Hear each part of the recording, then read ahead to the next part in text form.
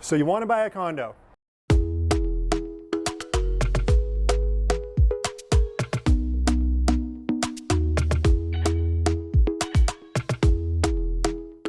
Oftentimes I get asked, Scott, what's a patio home? A patio home is merely a term that builders will use to describe a certain type of a home, also called a cluster home, also called a courtyard home, and we're standing in one right now. Basically what it is, it's a single family detached home, but the lots are smaller. So right now I'm in the courtyard in between the camera and the home next door. The home next door is the wall basically for this home right here. So I'm standing in the courtyard. It's a very popular style of living.